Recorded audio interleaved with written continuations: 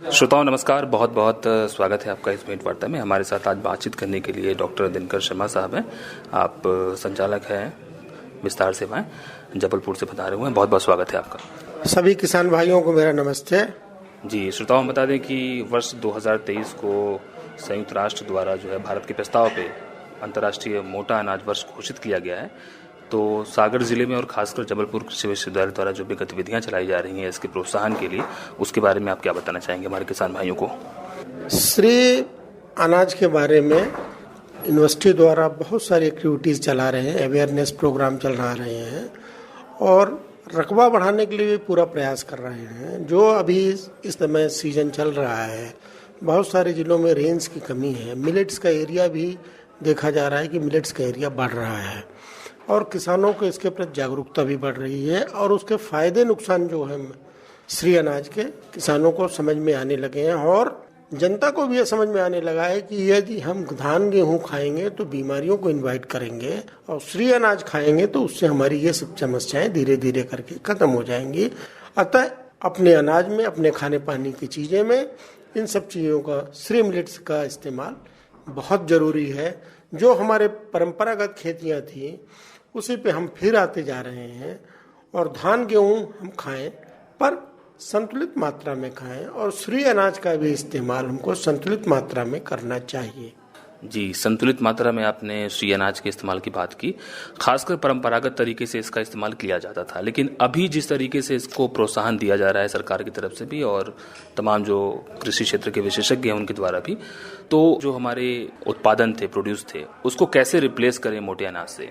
ये बात आपकी सही है कि हमने श्री अनाज के ऊपर ध्यान नहीं दिया और हमारे आपाधापी में हम इससे दूर होते गए और इसके दुष्परिणाम इतने आए कि कोई कैंसर से, कोई ब्लड प्रेशर, कोई शुगर, ये बीमारियों को हमने निमंत्रण दिया।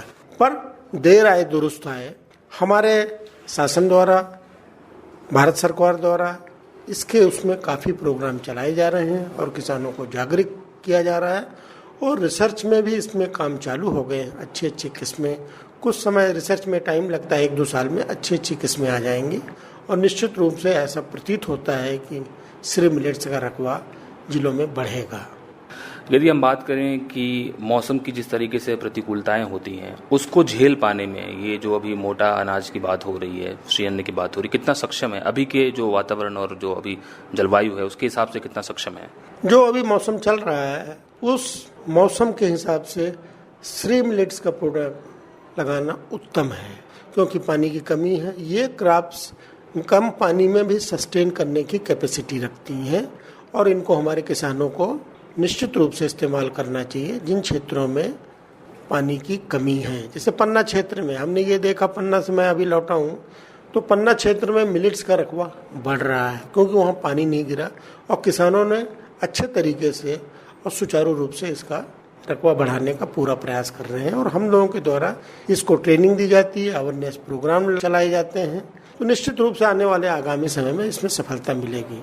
कैसे जो रोग, कीट व्याधियां होती हैं इन फसलों में, उसको बचाने के लिए शोध इत्यादि की अभी क्या स्थिति है और क्या प्रयास किए जा रहे हैं? इस पे अच्छी वैरायटियों और अभी कीड़े बीमारी तो इनमें बहुत कम आते हैं, तो कीड़े बीमारियों को अनुसंधान जारी है। जैसे परिणाम आएंगे और उसके 2-3 साल में सार्थक परिणाम आ जाएंगे, क्योंकि निगलेक्टेड क्रॉप थी। इस पे रिसर्च वाला पार्ट काफी लैकिंग है, उस पर भी काम चालू है। प्राकृतिक तरीके से भी किया जा सकता है? प्राकृतिक तरीके से भी किया जाता है। डॉक्टर शर्मा, एक बहुत बड़ी समस्या ये है कि बीजों की उपलब्धता जो है वो बहुत कम हमारे किसान भाइयों को है, तो वो कहाँ से उनको उपलब्ध हो जाएगा ताकि वो खुल करके इस क्षेत्र में जो है उत्पादन में आए? हमारा एक डिंडोरी रीजनल इंस्टीट्यूट है, हमारा यूनिवर्सिटी का है, वहाँ पे इसके ऊपर कोदो कुट के ऊपर काम चल रहा है।